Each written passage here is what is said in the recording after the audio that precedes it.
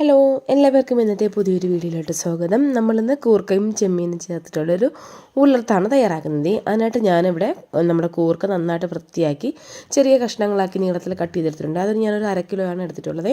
ഇതിലോട്ട് നമുക്ക് കുറച്ച് ഉപ്പും അതുപോലെ തന്നെ കുറച്ച് മഞ്ഞൾപ്പൊടിയും ചേർത്തിട്ട് നമുക്കൊന്ന് വേവിക്കാനായിട്ട് വയ്ക്കാം. നന്നായിട്ട് എല്ലാം കൂടെ ഒന്ന് മിക്സ് ചെയ്ത് കൊടുക്കണം കേട്ടോ, ഉപ്പും മഞ്ഞൾപ്പൊടിയൊക്കെ ചേർത്തതിന് ശേഷം.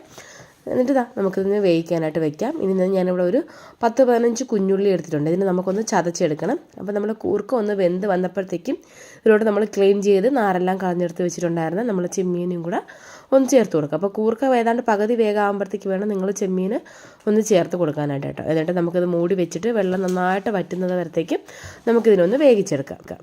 ഒരു പാത്രം ഞാനെടുത്ത് ചൂടാക്കാനായിട്ട് വെച്ചിട്ടുണ്ട്. അതിലോട്ട് നമുക്ക് കുറച്ച് വെളിച്ചെണ്ണ, അതുപോലെ തന്നെ ഒരു 4-5 വെളുത്തുള്ളി ചെറുതായിട്ട് ചതച്ചത് അതിനും കൂടെ ഒന്ന് ചേർത്തതിന് ശേഷം നന്നായിട്ട് നമുക്കൊന്ന് ഇളക്കി കൊടുക്കാം.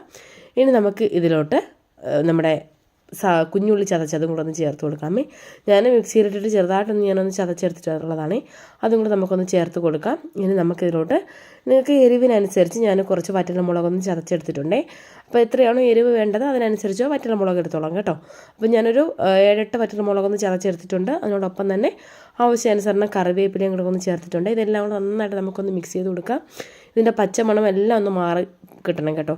അപ്പോൾ അതിൻ്റെ പച്ചമണം കൊണ്ടൊന്ന് മാറി കിട്ടുമ്പോഴത്തേക്ക് നമ്മൾ വേവിച്ചെടുത്ത് വെച്ചിട്ടുണ്ടായിരുന്ന നമ്മളെ കൂർക്കയും ചെമ്മീനും കൂടെയൊക്കെ നമുക്ക് ഇതിനോടൊപ്പം ഒന്ന് ചേർത്ത് കൊടുക്കാമേ. എന്നിട്ട് നന്നായിട്ട് എല്ലാം കൂടെ ഒന്ന് ഇളക്കി നല്ല രീതിക്കൊന്ന് യോജിപ്പിച്ച് കൊടുക്കണം കേട്ടോ. ചെറിയ തീയിലിട്ടിട്ട് വേണം വേവിക്കാനായിട്ട്. അപ്പോൾ ചെറിയ തീയിലിട്ടിട്ട് നന്നായിട്ടൊന്ന് വേവിച്ചെടുക്കാം. അപ്പോൾ ഉപ്പിൻ്റെ ശകലം കുറവുണ്ടായിരുന്നു. അപ്പോൾ ഞാൻ ആവശ്യത്തിന് കുറച്ചും കൂടെ ഉപ്പും കൂടെ ഒന്ന് ചേർത്ത് കൊടുത്തിട്ടുണ്ട്.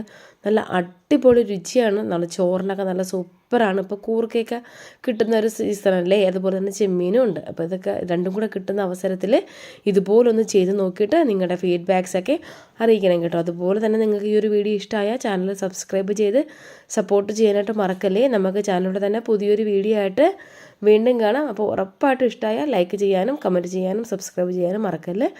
Thanks for watching. Thank you.